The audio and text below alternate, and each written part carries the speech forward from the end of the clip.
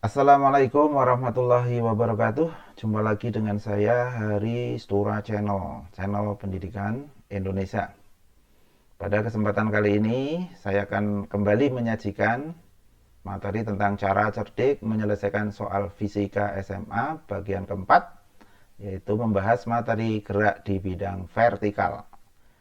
Di sini akan dibagi menjadi dua, ada yang namanya gerak vertikal ke atas, ini nanti geraknya diperlambat, dan gerak jatuh bebas, gerak yang dipercepat. Ini ilustrasinya seperti ini. Prinsipnya gerak di bidang vertikal dan gerak jatuh bebas itu perluasan dari gerak GLBB di bidang datar. Bedanya nanti jarak yang di bidang datar S berubah jadi H, percepatan A menjadi G. Untuk lebih jelas, mari langsung kita bahas beberapa soal berkaitan dengan gerak vertikal ke atas dan gerak jatuh bebas. Soal yang pertama. Sebuah benda dijatuhkan dari suatu tempat setinggi 125 meter.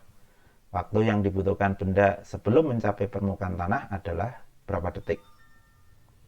Nah, ini kalau soal seperti ini dapat diselesaikan dengan dua cara boleh. Cara pertama kita pakai rumus-rumus yang diberikan di sekolah dengan mulai diketahui kecepatan V0, jatuh bebas tidak punya kecepatan ya karena dilepas maka V00, kemudian hanya 125 meter. Yang ditanya adalah T. Nah, perhatikan rumus pertama kalian pakai rumus ini. H sama dengan V0T plus setengah GT kuadrat. Mirip dengan gerak GLBB di bidang datar, S-nya jadi H. Biasanya kalau di bidang datar, S sama dengan V0T plus setengah AT kuadrat. Lah, A-nya berubah jadi G.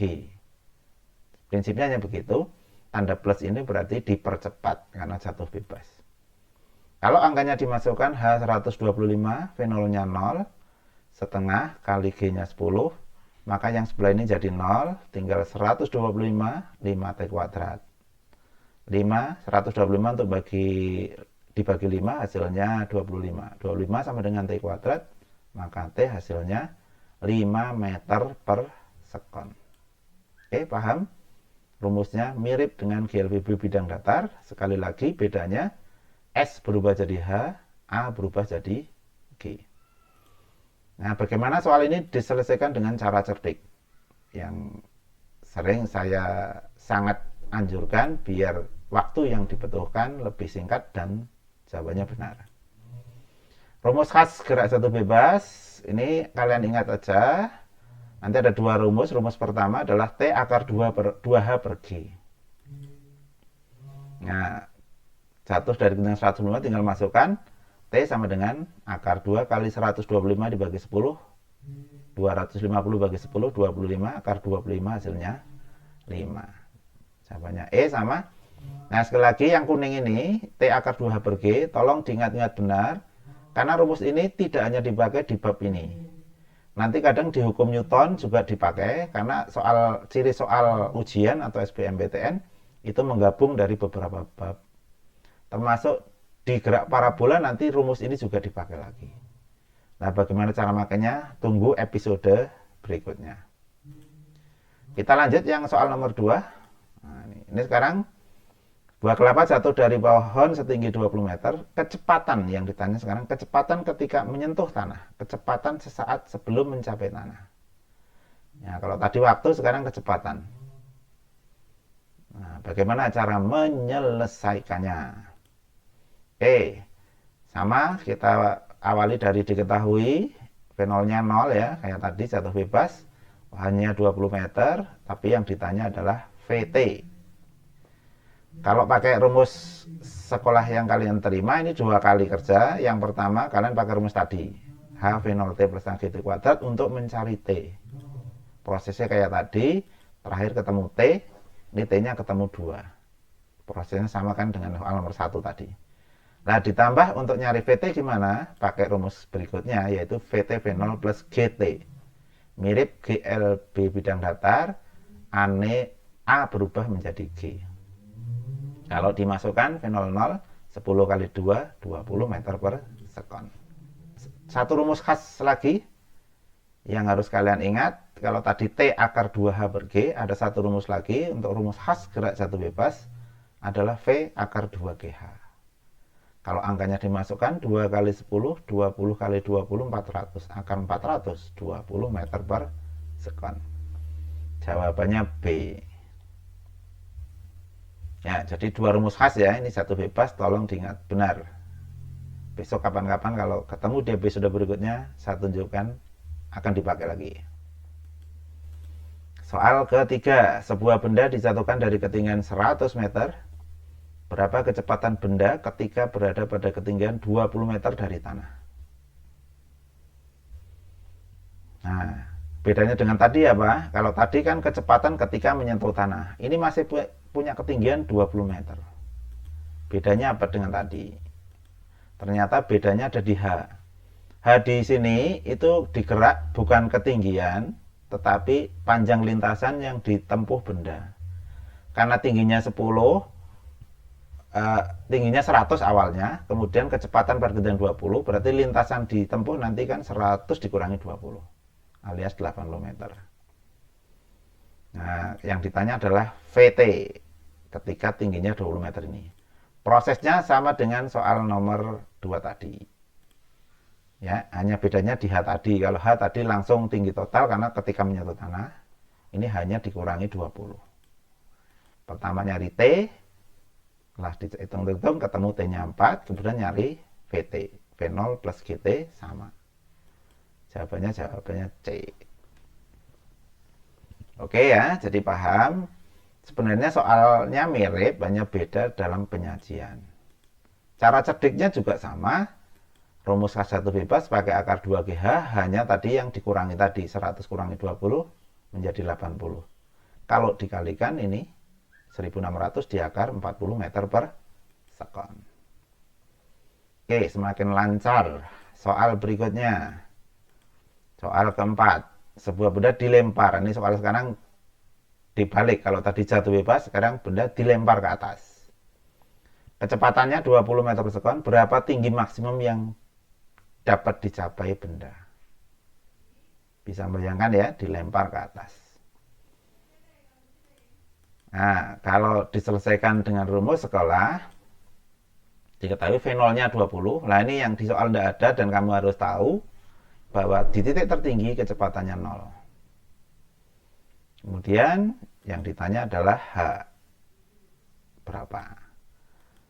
Cara pertama, kalian bisa pakai rumus ini. Gel BB di bidang vertikal. Ini A-nya jadi VT, V0 biasanya min AT, sekarang min GT. Kenapa min? Ini geraknya diperlambat untuk mencari T.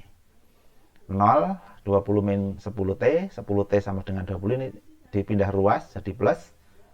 T-nya adalah 20 bagi 10, 2. Untuk nyari H berarti dipakai rumus berikutnya, V0T min setengah GT kuadrat. V0-nya 20 kali 2, 40, setengah kali 10 kali 2 kuadrat, 20. 40 kurangi 20, 20. Jawabannya A. Ya, betul.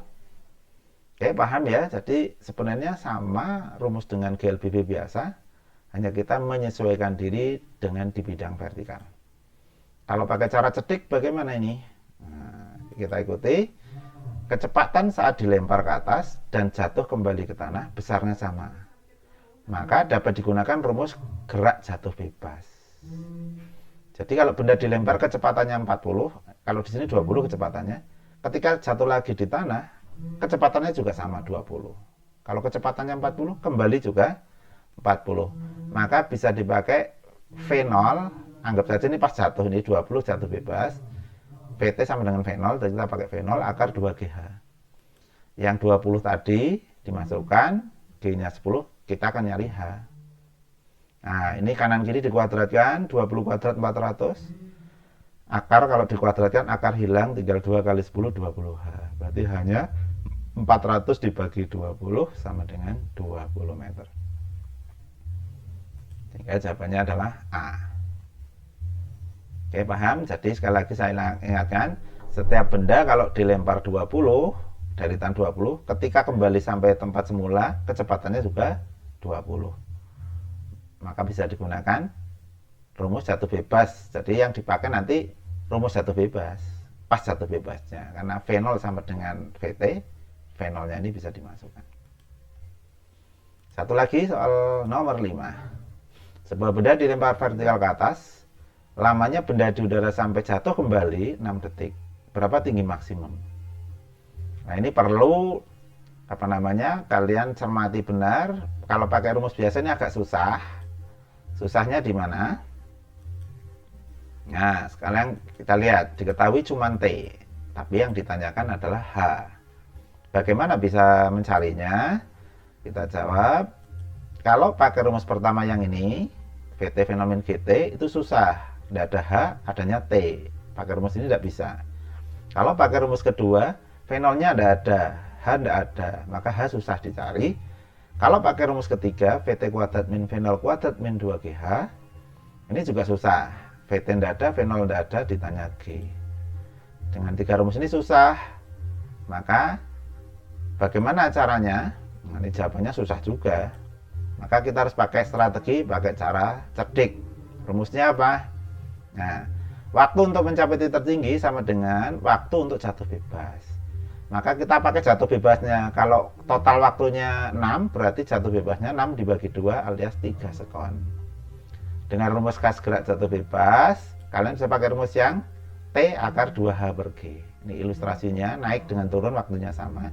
T-nya kita masukkan 3. 3 dikuadratkan 9, sebelah kanan akarnya hilang, maka H 90 dibagi 2. Jawabannya E. Itu materi kita hari ini. Jadi kita melatih memakai 2 rumus khas jatuh bebas, T akar 2H per G dan V akar 2GH. Kita lain kali akan menggunakan rumus ini di soal-soal yang lain, baik di gerak parabola maupun di hukum Newton. Untuk sementara itu dulu pertemuan kali ini. Kita jumpa lagi di episode-episode yang lain. Sampai jumpa lagi. Assalamualaikum warahmatullahi wabarakatuh.